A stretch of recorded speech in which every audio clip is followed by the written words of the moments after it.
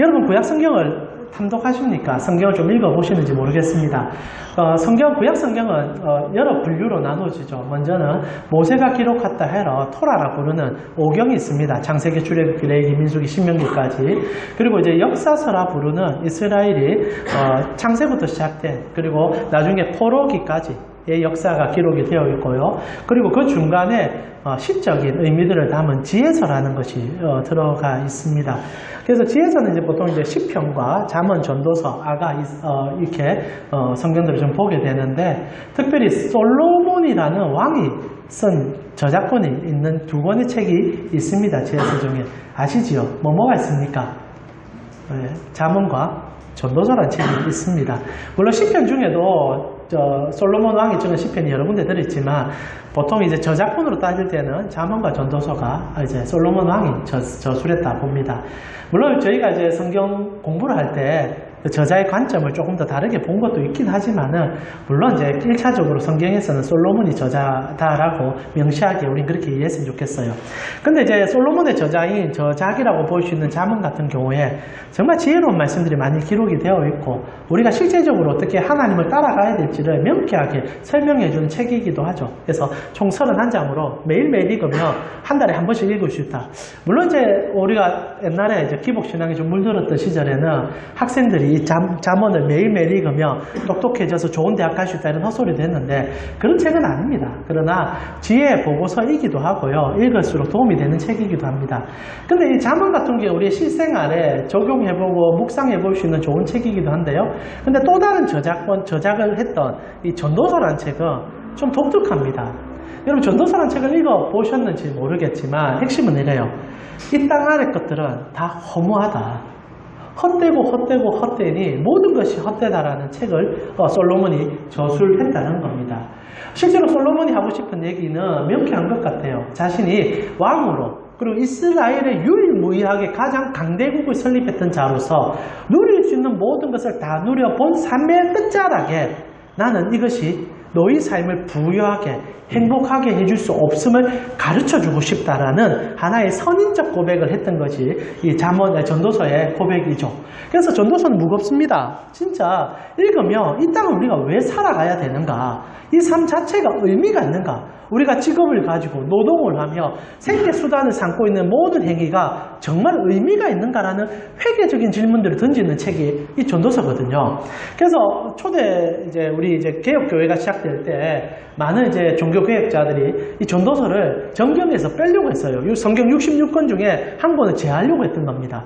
물론 몇 가지가 있는데, 아가서도 좀 빼고 싶어 했고, 너무 노골적으로 성적인 묘사가 있으니까 빼고 싶어 했고, 그리고 전도서도 이거는 기독교인들이 말할 것은 아니다. 우리는 소망과 희망을 가진 자들이고 새 하늘과 새 땅을 기대하는 자들인데 어떻게 허무주의의 이 책에 우리가 몰입할 수 있느냐. 그래서 책을 지우자 했죠. 그러나 하나님께서 지켜주셨고 오늘날 우리가 전도서를 보고 있습니다. 실제로 여러분 전도서를 읽으시면서 묵상할 거리들을 발견하지만 묵상하면 할수록 허무함을 느낄 것은 사실인 것 같아요. 저는 전도서를 처음에 접했을 때 이것이 불경인지 도경인지 구분이 잘 안 갑니다. 그리고 실제로 불교에서 하는 얘기나 도교에서 하는 얘기가 전도서에 들어있거든요. 실제로 엄밀하게 솔로몬의 저작은 아닌 것 같아요. 솔로몬의 이름을 빌린 하나의 지혜자들이 그 지혜로운 문구들을 모아서 보여준 책인 것 같은데, 핵심적인 것은 솔로몬이라는 모티브를 가진 인물이 세상을 살았을 때 이 세상 자체가 허무하기 때문에 실제로 그렇게 과도하게 집착하지 마라. 불교 얘기 아닙니까? 불교적 얘기들 하는 거죠. 그래서 저도 이 전도서를 읽을 때 이 책을 왜 우리가 읽어야 되냐 이런 생각을 좀 해본 적이 있었습니다. 근데 말입니다, 제가 신학대학원을 가서 전도서를 새롭게 공부하면서 이 책만큼 복음의 핵심을 잘 가르쳐주는 책이 없음을 깨달았어요. 여러분, 제가 전도서를 여러분과 나눈 적도 있고요, 그리고 우리가 수요 예배 때 전도서에 대해서 깊은 묵상도 나누었지만, 전도서의 핵심은 이 땅의 헛됨을 창량하고 헛됨에 대한 시각을 집중시키는 책이 아니다라는 거죠. 여러분, 솔로몬 왕이 그 대연적인 얘기긴 하지만은 이 땅의 허무함을 그리도 강조한 이유는 딱 하나예요. 실제로 숨겨져 있는 표현이지만 그 책을 읽는 주의 백성들로 하여금 이 땅에 집착하는 것이 아니라 눈을 들어서 하늘을 보라라고 얘기하는 책이 전도서라는 거죠. 그래서 이 땅을 집착하고 이 땅에 목이 메이며 결국 이 땅으로 되어버릴 것이고 그때는 그 끝에 언제나 허무함을 느낄 것인데 그 모든 허무하다 느껴지는 순간순간마다 눈을 들어 주의 나라를 바라보며 의미가 생기고 사는 이유가 생기며 그리고 우리가 왜 존재하는지에 대한 답이 나온다라는 거죠. 그래서 솔로몬의 이름을 빌려서 하늘의 것을 소망하라라는 강렬한 메시지. 그러나 그 책에서는 하늘을 얘기하지 않죠. 왜? 땅의 것을 최악의 얘기로 다룸을 통하여 오히려 성도가 깨달아 하늘을 보도록 유도하는 정말 지혜서, 귀 있는 자만 들을 수 있고 눈 있는 자만 보일 수 있는 책이 이 전도서라는 거지요. 그래서 오늘날 가장 우리 한국교회에 필요한 것이 전도서가 아닌 것 같아요. 여러분, 자본주의가 우리 삶의 뼛속까지 스며들어 있습니다. 여러분, 한국교회가 지금 힘이 없고 많은 것들을 잃어버렸는데 가장 큰 이유가 뭐라고 생각하십니까? 뭐 여러 가지 이유가 있을 것입니다. 교세가 줄어든 것도 이유가 될 것이고 청년 세대가 교회에서 빠져나가는 것도 이해가 될 것입니다. 그러나 저는 가장 큰 이유는요, 더 이상 성도들이 하늘을 소망하지 않아요.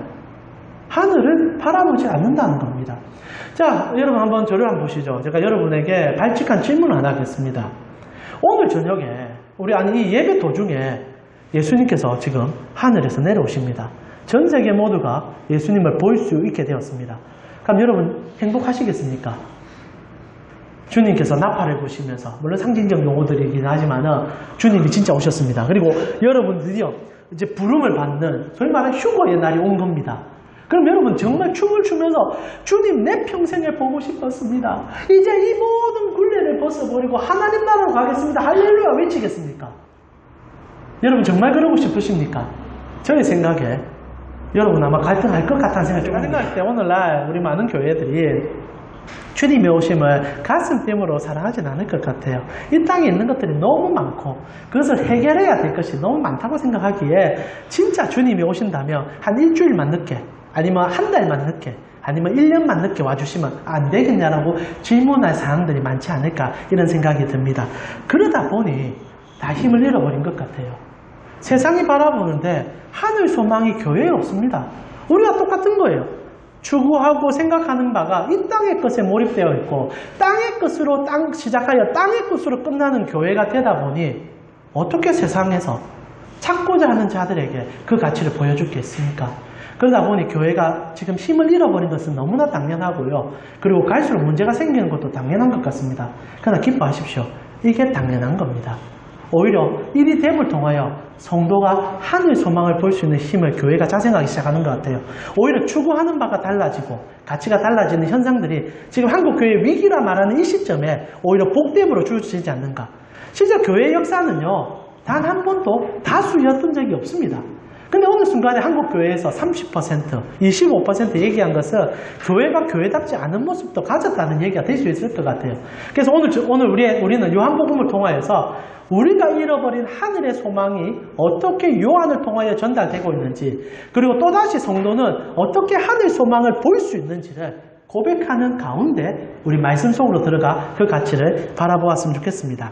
자, 우리가 요한복음을 지금 계속적으로 보고 있고요. 벌써 이제 2달째 넘어가고 있는 상황인데, 여러분 요한복음을 제가 첫 시작할 때 요한복음의 구조는 7이라는 숫자 안에 들어있음을 설명한 적이 있었습니다. 첫 번째 설교 때. 그래서 7째 날, 그리고 7가지, 그리고 7표적 이런 것들을 통하여서 7이라는 숫자를 통하여 참다운 안식의 나라가 무엇인지를 보여주는 책이 요한복음이라 얘기했었죠. 그런 과정 속에 저희가 첫 번째 설교 때 요한복음 1장에서 2장까지 가나 혼인잔치까지 들어가는 순간에 이 사도 요한은 우리로부터 하나님의 천지창조가 복음으로 어떻게 재해석 받을 수 있는지를 가르쳐주는 서론적 관계 속으로 이 성경을 끌어갔다라고 얘기했죠.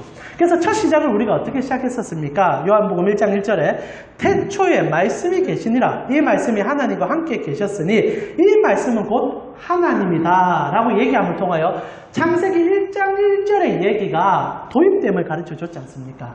태초에 하나님이 천지를 창조하시느니라. 그래서 천지 창조의 첫째 날 빛이 생성되고 그 빛이 어둠을 물리치는 사건을 보여주며 실제로 그 사건을 그리스도 안에서 재해석시키며 참다운 창조의 역사가 예수 그리스도를 통하여 일어남을 요한이 가르쳐 주었죠. 그것이 1장 1절부터 28절까지 저번주 우리가 설교 들은 내용입니다. 그 모든 내용의 핵심은 참빛이신 예수 그리스도께서 거짓빛 그리고 어찌 보면 어둠을 물리치며 하나님이 누구시고 예수 그리스도가 모든 어둠을 물리칠 유일한 구세주임을 보여주는 사건인 것을 해석해냈다라는 거죠. 그리고 나서 요한복음은 재밌게 구조사 다음 날을 우리에게 얘기해 주기 시작한다는 겁니다. 1장 29절입니다. 우리 한번 1장 29절 오늘 첫 시작 본문인데요. 함께 읽으면서 본문으로 들어가 봅시다. 29절 같이 읽겠습니다.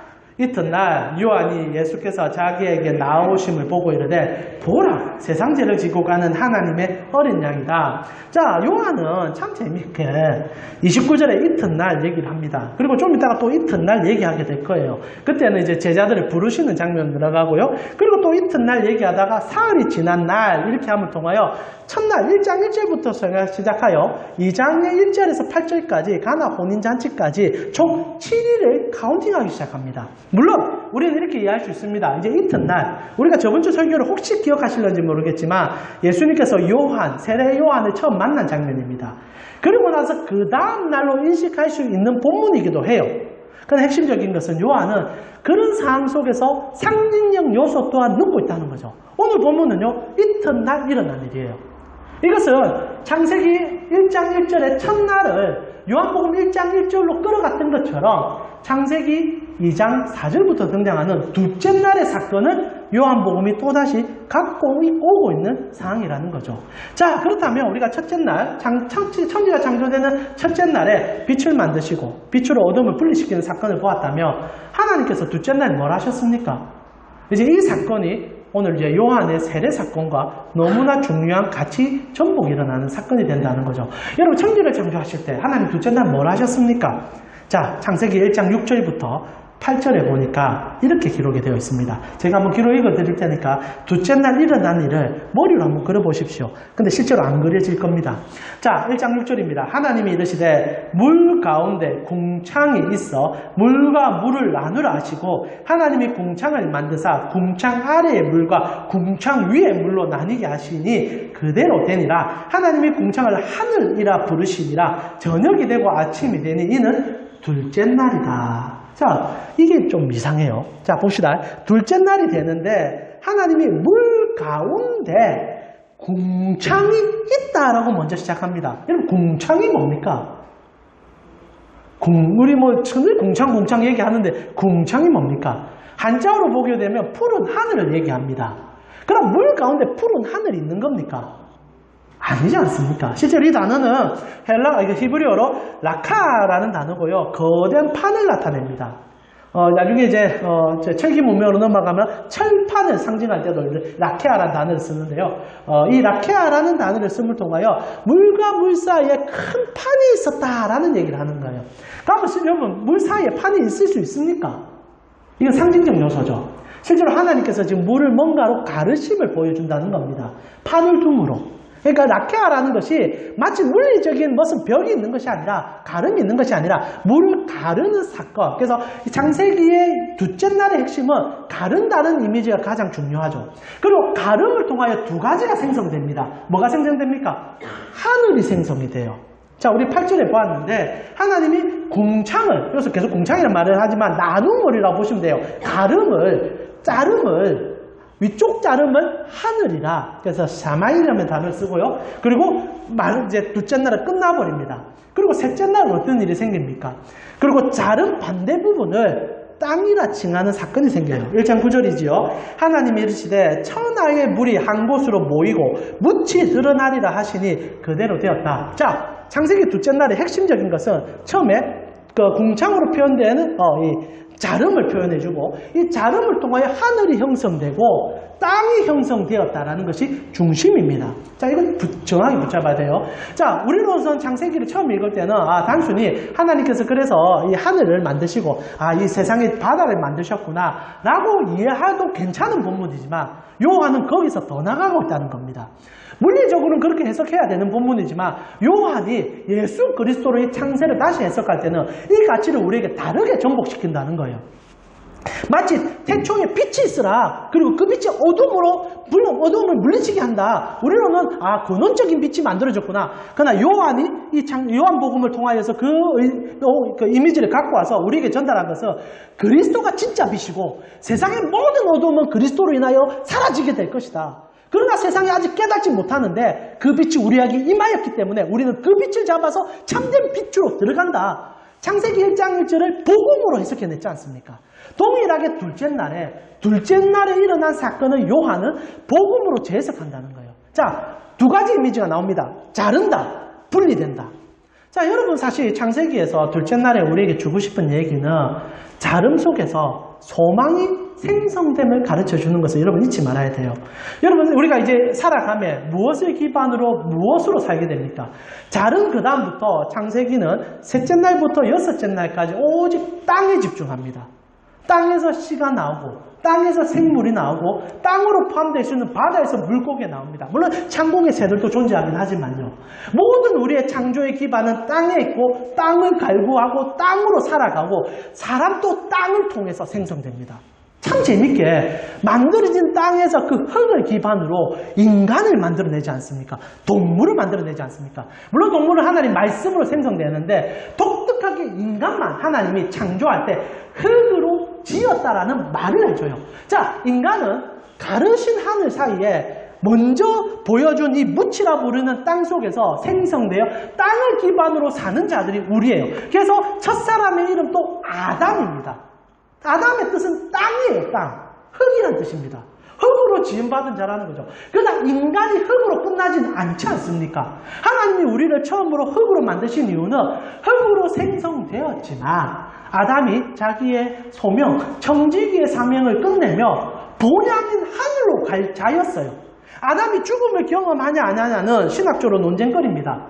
첫사람 아담이 선악을 알게 하는 나무로 열매로 통하여 죽음이 우리 속에 들어왔기 때문에 육체 죽음이 왔다라고 해석하는 사람도 있고요. 실제적으로 아담이라는 존재는 안 죽고 이 땅에서 열심히 하나님을 섬기다가 우리가 소위 말하는 휴거처럼 주님이 부르시는 날에는 그 몸 그대로 새 몸을 입어서 천국으로 갈 거라고 해석하는 신학자도 있습니다. 그러나 우리는 그거는 몰라요. 그러나 핵심적인 것은 아담의 본향은 하늘이었다는 겁니다. 그래서 이 땅에서 주님이 시키는 일에 최선을 다하고 그리고 그의 소명이 끝나면 자연스럽게 올라갈 자인 거죠. 그러나 아담이 선택한 게 뭡니까? 땅에 머물기를 선택한 거예요. 보이지 않는 하늘, 그리고 하나님이 지배하시는 하늘에는 가고 싶은 마음이 사라진 겁니다. 내가 이 자그만 땅이지만, 이 작은 곳이지만, 여러분 우리가 지금 우주의 크기를 알게 되면서 하나님의 크기 또한 알고 있는 거 아닙니까? 무한해 보이는 우주만큼 하나님은 더 크신 분이지 않습니까? 어마어마한 하나님인데 아담의 눈에는 이 지구가 너무 큰 거예요. 그러니 여기서 살고 싶다 하여 선악을 알게 하는 나무의 열매를 먹고 스스로 땅의 사람이 되기를 작정했지 않습니까? 그래서 하나님이 그 얘기를 반복해 주세요. 여러분 선악을 알게 하는 나무의 열매를 먹고 아담에게 일어난 일에 대해서 우리는 원시복음이라는 그 복음의 핵심을 듣기도 하지만은 전후 문맥을 보면 아담이 선택한 결과물에 대해서 참 재밌게 묘사를 해줍니다. 창세기 3장 14절부터 15절까지 우리가 특히 이제 요한복음뿐 아니라 노아홍수 때도 너무 많이 읽었던 구절이지만 새로움을 가지고 한 번 더 읽어보았으면 좋겠어요. 14절에서 15절입니다. 우리 같이 한번 읽어보겠습니다. 여호와 하나님이 뱀에게 이르시되 내가 이렇게 하였으니 내가 모든 가축과 들의 모든 짐승보다 더욱 저주를 받아 배로 다니고 살아있는 동안 흙을 먹을지라. 15절 같이 읽을까요? 내가 너로 여자와 원수가 되게 하고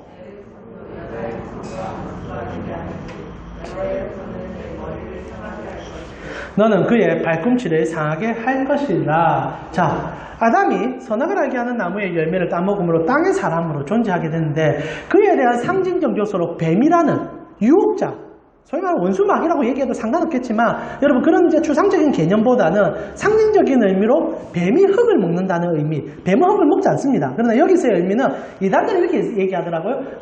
이제 원수들이 믿지 않는 우리들을 잡아먹는 일이다. 그래서 뱀을 잘라내야 된다 이렇게 하는데 그런 건 너무 억측이고 상징적 요소예요.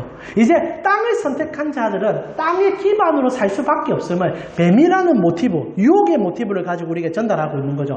그래서 하나님께서는 아담에게도 그것을 명확하게 설명해냅니다. 19절에 보니까 아담이 받은 저주라고 되어 있지만 아담의 선택의 결과죠. 어떻게 되어 있습니까?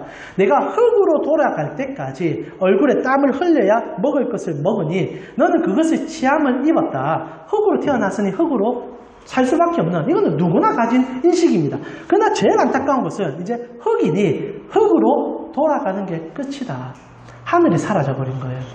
샤마임, 하나님께서 하늘을 만들어 주셨는데, 그리고 사람들이 살아가면서 그 하늘을 바라보며 하나님 나라를 인지하고 살아가게 되었는데 이제는 우리에게는 하늘은 더 이상 보이지 않는다는 겁니다. 더 이상 사람들은 땅만 쳐다보는 거예요. 하늘 위에 뭐가 있는지 궁금하지도 않습니다. 하늘이 우리하고 상관없는 존재가 된 거예요. 여기서 말하는 하늘은 물리적 하늘은 아닙니다. 하나님 나라를 더 이상 사모하지 아니하고 땅의 것만 사모하다가 땅에서 죽도록 고생하다가 땅으로 돌아가는 인생이 되었다. 이게 우리의 고통이죠. 근데 하나님께서 이 중간에 딱 하나를 집어넣었지 않습니까? 땅의 것을 먹어야 된 너희에게 소망이 딱 하나가 있는데 하나님께서 여인의 후손을 보내주심을 통하여 너희로 하늘을 사모하고 하늘에 갈 수 있는 길을 열어주겠다. 그게 이제 창세기 3장 15절 여러분과 방금 읽었던 구절 아닙니까? 제가 다시 한번 읽어드릴게요. 이 원시복음 너무 중요합니다. 외우시는 분도 계실 것 같은데 다시 한번 들어보십시오. 내가 너로 여기서 너로는 뱀을 얘기합니다. 땅을 기반으로 사는 모든 가치들, 가치라고 보면 돼요. 오늘날 표현하면 자본주의라고 해도 과언이 아닙니다. 여러분을 홀리고 여러분은 하나님을 보지 못하게 만들고, 물론 자본주의가 나쁜 것은 아니지만 뼛속까지 들어와 이 가치에 벗어나지 못하게 만드는 그 무서움 있지 않습니까? 그런 보이지 않는 가치들, 그것이 우리에게 얘기하는 거예요. 너로 여자와 원수가 되게 할 것이다. 그래서 내 후손도 여자의 후손과 원수가 되고 여자의 후손은 내 머리를 상하게 할 것이요 너는 그의 발꿈치를 상하게 할 것이다. 예수님도 같은 말 했거든요. 만몬이라는 신은 나와 절대 같이 할 수가 없다. 돈이라는 가치는 나와 함께 있을 수가 없다라고 얘기했죠. 그 가치의 전복이랑 똑같이 보시면 돼요. 중요한 것은 세상적 가치, 땅의 가치를 전복시켜서 하늘의 가치를 사람의 후손이 올 건데, 여인의 후손이 올 건데, 그는 뱀의 머리, 땅의 모든 것을 박살내고 우리에게 그 영광을 보여줄 거다. 실제로 예수님이 한 일이 뭡니까? 땅의 가치를 박살내는 일이었죠. 십자가에서 왜 죽었습니까? 그것이 땅의 가치의 마지막인 것을 보여주되 그 죽으심을 통하여 그분이 다시 살아나 하늘에 올라가심을 통하여 실제적인 가치는 땅에서 끝나지 않음을 그의 몸으로 보여줬잖아요. 창세기 3장 15절은 한 손을 상징함을 통하여 우리로 하늘 영광을 볼 수 있는 힘이 그리스도를 통하여 오게 될 것이라는 원시복음을 우리에게 던져줬다는 겁니다. 자, 여기서부터 성경은 우리에게 단 하나의 목적, 이 여인의 후손을 따라가도록 우리를 끌어가기 시작했다는 거죠. 아담은 땅의 사람이 되어 실패했습니다. 그러나 어느 날 한 사람이 와 하늘의 영광을 보여줄 것이고 우리를 하늘로 다시 데리고 갈 것인데 그분이 우리에게 가장 중요한 핵심이니 그분을 붙잡아라. 이게 성경의 주된 목적이었다는 거죠. 그래서 저희가 사실 노아 홍수의 얘기를 할 때부터 지금까지도 그 얘기를 어떻게 해석할지를 끊임없이 가져왔었습니다. 특별히 노아 홍수 얘기할 때 여러분이 오늘 창세기 둘째 날에 일어나 이 가름의 상징적 요소를 가지고 제가 여러분과 설교를 나누었습니다. 기억하십니까? 이 가름은 너무너무 중요해요. 실제로 여러분 노아의 홍수 때 하나님께서 어떤 일을 하십니까? 노아의 홍수는 이제 여러분과 제가 경험한 세상 마지막 날의 하나의 샘플입니다. 하나님께서 그렇게 보여주고 다시 기회를 줬지만 세상이 종말할 때는 다시 그래 될 거예요. 그렇다 해서 하늘에 진짜 물이 내리는 것이 아니라 그때 보여준 상징 용접수를 한번 잡아봅시다. 위에 있는 하늘이 내려옵니다. 그리고 땅에 있는 물이 올라갑니다. 그리고 만나요. 어찌 됩니까? 끝나는 거예요. 하늘이 내려와 땅과 만나 끝나버리는 날 하나님의 통치 세계가 지상의 왕국에 임자하여 하나님의 영광에 드러날, 그래서 심판은 두려운 게 아닙니다. 성도에게는 완성이 되는 거예요. 여러분의 몸이 신령한 몸이 되는 날 이 지구가 사라지지 않아요. 우주가 사라지지 않아요. 마치 없어지고 새로운 곳으로 점핑할 것처럼 생각하는데 성경을 가만히 보면요. 이곳에 있는 모든 존재적 가치가 새 하늘과 새 땅이라는 표현처럼 존재의 새로움을 잊게 됩니다. 그래서 여러분이 예수님께서 우리 가운데 나타나 이런 거 얘기하면 여러분 어렵고 중요한 것은 노아 홈스테이 그걸 보여주는 거죠. 하늘이 갈라져요. 그리고 하늘의 물과 땅의 물이 만나게 됩니다. 그때 누가 삽니까? 배 안에 들어있던 노아가 살았지 않습니까? 갈랐는데 하나님이 약속한 배 안에 들어간 그때 배라는 것은 히브리어로 테바라 부른다 얘기했잖아요. 성경에 딱 2번만 나옵니다. 테바라 부르는 그 상자 속에 들어가니까 노아의 모든 가족이 살아남더라. 그러나 성경이 우리에게 하는 얘기, 하늘이 무너내지는 그날 예수 안에 들어간 자들은 살 수 있다는 것을 이미지적으로 우리에게 가르쳐 줬잖아요. 만약에 이게 여기서 단회적으로 끝나면 우리가 이거는 그냥 상징적이다. 그게 아니지 않습니까? 역사 이야기는 계속 그 이미지를 우리에게 빨아넣기 시작합니다. 그렇게 끝나서 노아가 구원받고 난 다음에 성경은 이 테바라는 단어를 또다시 한 번 더 쓰지 않습니까? 언제입니까? 모세가 태어났을 때 파라오가 어떤 인물입니까? 땅의 상징이요 뱀의 상징입니다. 그래서 이집트는 피라미드 구조를 갖고 있잖아요. 세상이 살아갈 때 땅의 구조는 언제나 승계 단계. 그래서 가장 정점으로 올라가 밑에를 밟을 수밖에 없는 구조고 이것은 언제나 땅에 박힌 자들이 가지고 갈 수밖에 없는 그 거리예요. 그것을 대표하는 이집트의 파라오가 하늘의 자녀들을 죽이고 있는데 하나님께서 테바라 부르는 갈대 상자를 만들게 하셔서 그 속에 모세를 태웁니다. 그리고 나일강을 갈라 그가 지나가지 않습니까? 그리고 그 모세가 자라서 어떻게 됩니까? 실제로 바다를 가르잖아요. 홍해 앞에 섰을 때 하나님이 주신 지팡이로 모세가 중요한 게 아니에요. 하나님이 주신 나무로 이 지금 모든 상징적 요소가 나무로 같이 박혀있는 걸 좀 보셔야 돼요. 테바라는 방주도 나무로 짓거든요. 그리고 모세가 들어갔던 그 갈대 상자도 나무고요. 모세가 홍해를 가를 때도 나무로 갈라요. 나무로 가른단 말입니다. 그래서 그 나무로 상징되는 무언가를 손에 붙잡고 바다를 향해 외쳤을 때 바다가 갈라지고 새 하늘과 새 땅으로 들어간단 말입니다. 모세로 대표되는 한 인물이 우리로 새 하늘과 새 땅으로 이끌어가며 그 땅을 가르고 바다를 가리는 상징적 이미지를 줬지 않습니까? 그리고 나중에 그 이미지가 완성이 언제 됩니까? 예수와 이름이 똑같은 여호수아가 요단강 앞에 서서 진짜 이제 하나님이 약속한 그 땅을 바라보면서 이제 하나님의 임재로 상징하는 법궤를 가지고 들어가니 어떻게 됩니까? 갈라지죠. 그리고 새 하늘과 새 땅으로 들어간단 말입니다. 언제나 하나님께서는 나무를 매개추로 하여 강을 잘라내셨고 그 사이를 지나가게 함을 통하여 하나님의 새 땅으로 드러내보내는 사건을 보여줬다 이 말입니다. 그리고 그 중앙에 언제나 그 나무를 상징하는 예수 그리스도가 떠올랐다는 거죠. 그리고 오늘 본문으로 넘어옵니다. 자, 둘째 날에 어떤 일이 있었다 했습니까? 하늘과 땅이 갈라졌어요. 그리고 하늘을 칭하고 땅이라 칭합니다. 땅에서 태어난 우리는 이제 하늘을 소망하며 살아갈 수 있는 존재가 되었는데 잃어버린 우리에게 오늘 본문은 또다시 하늘을 짓습니다. 여러분 오늘 사건이 어떤 사건입니까? 자, 1장 31절에서 32절에 보니까 예수님께서 하셨던 그 일에 대하여 세례 요한이 이렇게 증언합니다. 우리 같이 한번 읽어보겠습니다. 31절에서 32절입니다. 같이 읽겠습니다. 나도 그를 알지 못하였으나 내가 와서 물로 세례를 베푸는 것은 그를 이스라엘에 나타내려 함이라 하느냐. 요한이 또 증언하여 이르되 내가 보매 성령이 비둘기같이 하늘로부터 내려와서 그 위에 머물렀다. 자, 둘째 날 하고 얘기하고요. 이미지를 뭘로 자꾸 우리를 끌어가냐? 세례로 끌어가요. 세례라는 게 뭡니까? 물로 들어가 나오는, 보통 이제 침례라고 표현할 수 있는데 우리는 세례라고 표현하긴 합니다. 자, 침례의 과정, 물속에 들어가 이전에 나는 죽고 새로운 내가 되는 사건을 통하여 하나님께서 무언가를 보여주고 싶어 하는 거죠. 근데 요한복음에 재밌는 게 뭐냐면 이 세례 사건을 중요하게 안 다룬다는 거예요. 자, 마태, 마가, 누가복음을 보면은 예수님께서 물속에 들어가는 사건을 그대로 보여줍니다. 그런데 요한복음은 그 사건을 안 다뤄요. 요한의 말로만 상징합니다. 본문 한번 자세히 보세요. 예수님이 세례 받았다라는 구절은 없어요. 요한이 그냥 그렇게 얘기할 뿐이에요. 저분이 세례를 받은 것은, 저분이 세례를 한 것은. 그런데 지금 요한복음은 의도적으로 물로 받은 세례를 묵살시키고 있는 거예요. 중요하지 않다는 게 아니라 더 중요한 것을 보여주기 위해서. 그게 뭡니까? 하늘이 찢어져서 새로운 세례가 임한다는 거예요. 그래서 요한이 뭐라고 표현합니까? 이거를 불세례다. 나는 물로 세례를 주는 게 한계인데 이제는 하늘이 찢어져서 불이 우리 머리에 떨어지는 세례가 임한다. 그러니까 요한이라는 존재는 물을 이렇게 갈라서 우리가 사실 죽어야 될 자들이지만 새 생명을 입을 상징적인 요소, 그래서 하나님 때문에 은혜를 받는 요소임을 보여줬다며 예수 그리스도는 그 먼저 자신이 그것을 경험하심으로 그분이 그것을 하늘을 찢는 상징적 요소로 보여줬다는 겁니다. 자, 예수님의 가장 중요한 사건은요, 세례를 받으심이 아니라 세례받는 과정 속에 하늘이 갈라졌다는 거예요. 그리고 그 위로 뭐가 임합니까? 성령이 비둘기의 모습처럼 임하고, 그리고 하늘에서 하나님의 음성이 임합니다.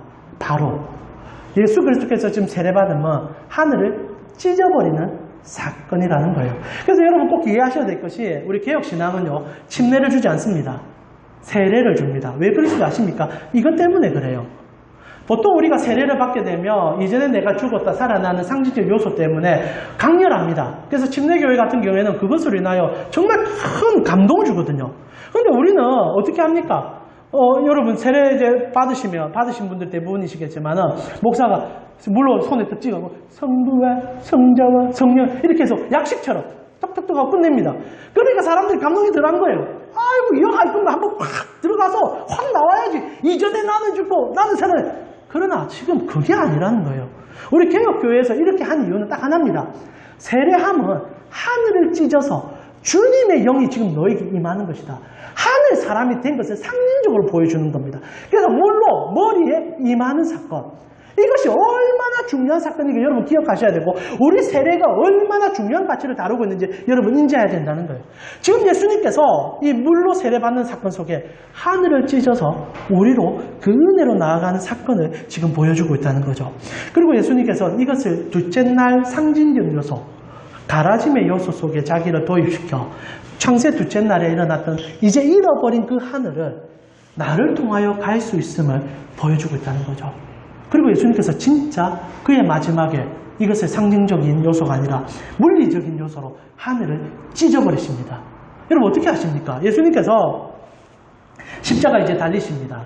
이제 그 창세기 3장 15절에 얘기한 것처럼 여인의 후손이 발꿈치를 상하는 일이 생깁니다. 우리 인생의 마지막 요소인 죽음의 상징적인 모습 속에 나무가 되셔서 그분이 그 나무 속에 매달려 계십니다. 그런데 어떤 일이 생깁니까? 창세기 마태복음 27장 51절에 하늘이 찢어지는 사건이 등장을 하죠. 자, 마태복음 27장 51절 우리 같이 한번 읽어보겠습니다. 같이 읽겠습니다. 이에 성소 휘장이 위로부터 아래까지 찢어져 둘이 되고 땅이 진동하여 바지가 터지더라. 여러분 공강복음에 이 사건을 다 다루는데 마태복음만 매우 유대적 상징적 요소를 다 집어놨어요.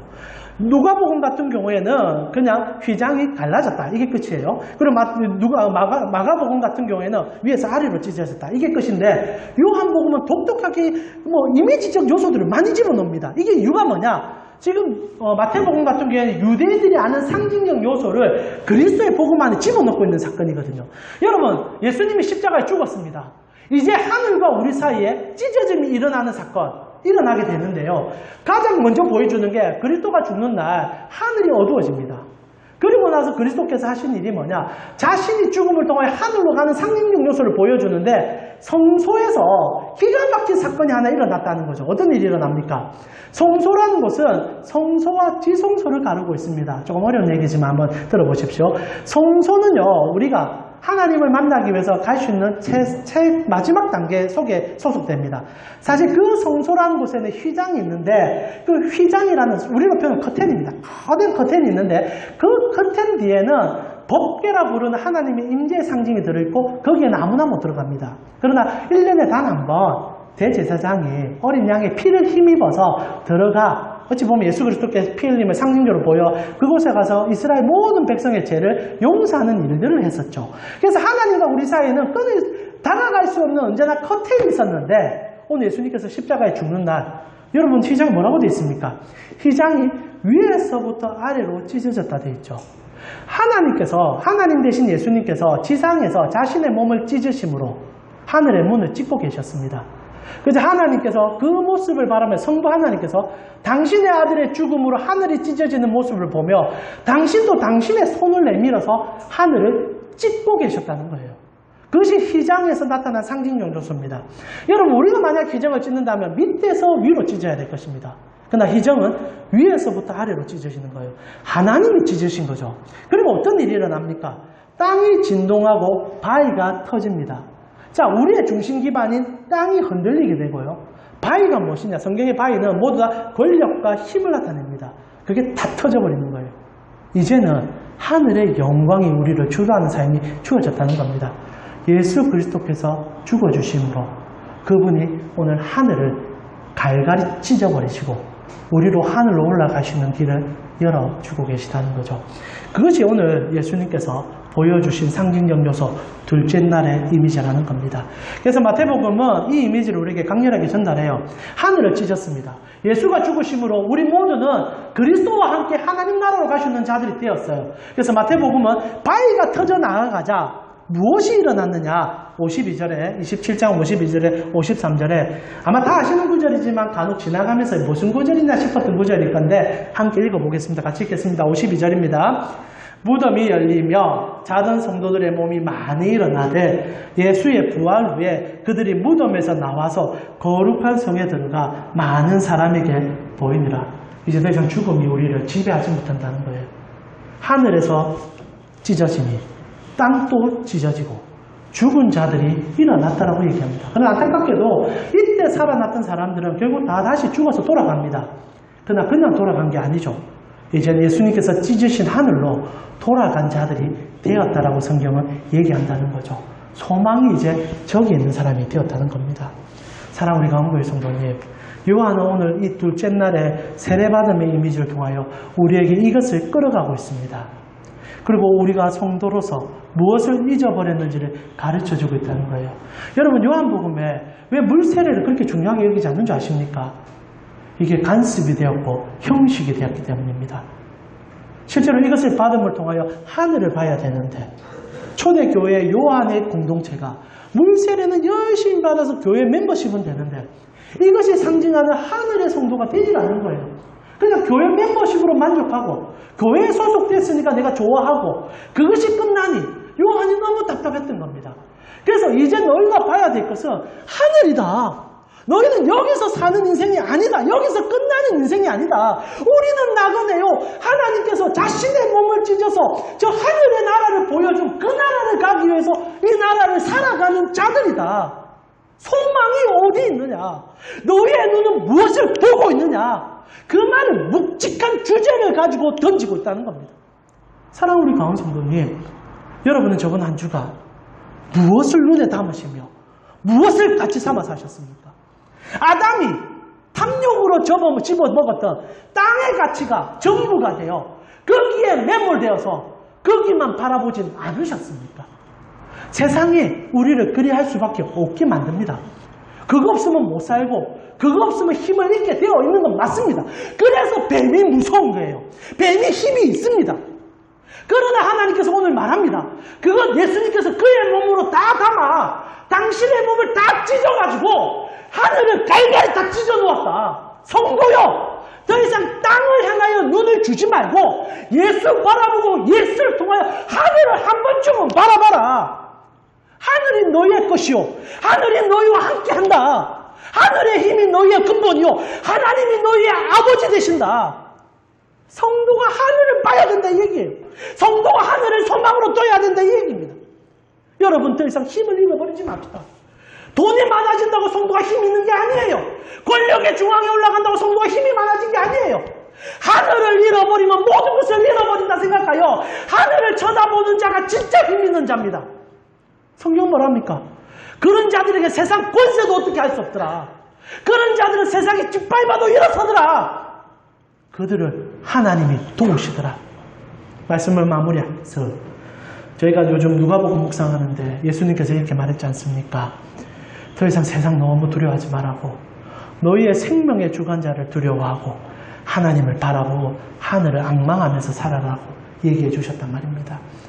여러분, 이번 한 주 무엇을 바라보며 사시기를 바라십니까? 필요합니다. 땅의 힘이 가져져야 되고 땅을 기반으로 살 수밖에 없습니다. 그러나 잊지 마십시오. 여러분, 돌아갈 본향 있는 자들입니다.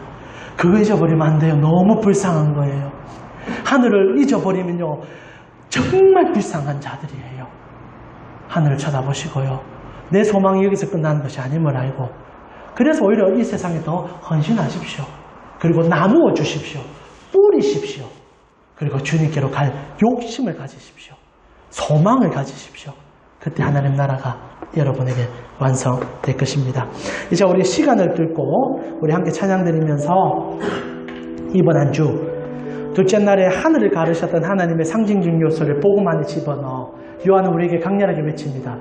찢어진 하늘을 바라봐라. 성도는 땅의 사람이 아닌 하늘의 사람이다. 그 일을 해주신 예수 그리스도 안에서 그 영광을 마음껏 맛봐라. 이 시간 우리 이 찬양을 부르며 이번 한 주는요, 땅에 소속되어 있지만 하늘을 안망하며 쳐다보는, 그래서 소망을 그분으로부터 받는 여러분 되어지기를 기도합니다.